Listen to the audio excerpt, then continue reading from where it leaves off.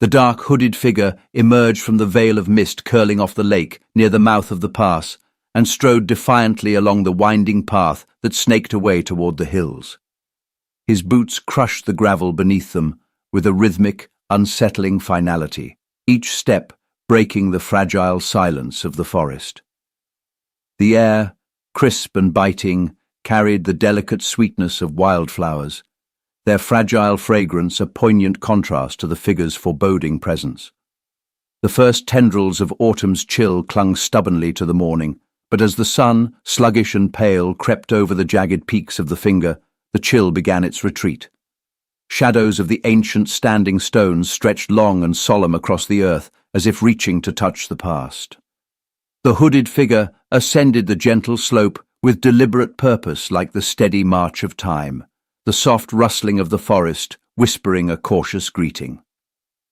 Sunlight filtered through the dense canopy above, breaking into a shimmering, chaotic pattern that danced upon the ground, lending an ethereal quality to the sacred space ahead.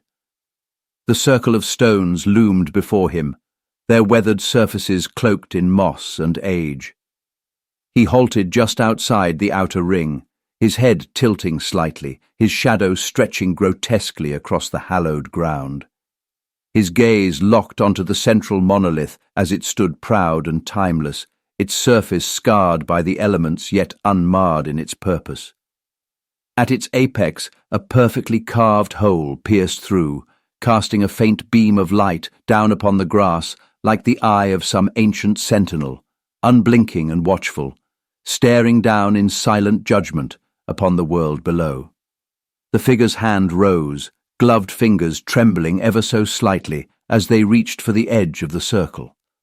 But the moment his fingertips neared the boundary, he recoiled sharply, as though burned by an unseen flame. The forest shuddered. The stillness became thick, as if the trees themselves held their breath. Then a voice spilled forth, a low, gravelly growl, raw and feral, each word dripping with malice and dark amusement. "Brother," the voice hissed, dragging the word out like a blade drawn slowly from its sheath. "It's strange, isn't it, to speak to you here as the hour approaches."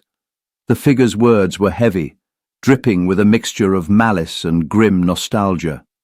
"Our fathers have sent the stag, I see. Foolish, as if it could alter the course already set. What is done cannot be undone." The figure's head tilted further, the movement almost unnatural, like a predator considering its prey, listening to something beyond the veil of the mortal realm. "Do you feel it? The weight of the end pressing down as it is creeping closer, clawing at the edges of this brittle world. When your time comes, brother, I wonder, will you stand tall? Will you meet me with defiance, or will you tremble? Will you feel fear?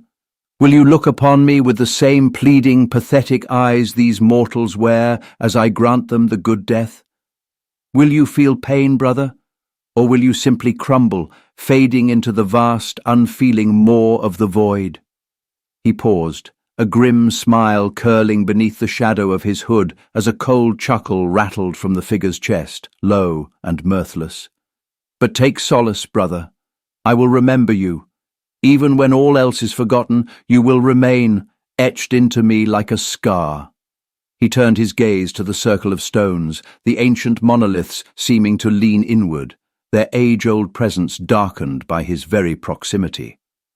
The figure's hand gestured faintly to the stones around him, the motion slow and reverent. "Our brothers and sisters, they will fall as they must, but they will know peace as they pass. I will tend to their children.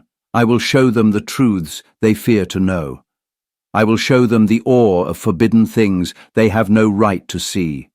The isle will rise again, glorious as it once was, untamed, whole as it should be."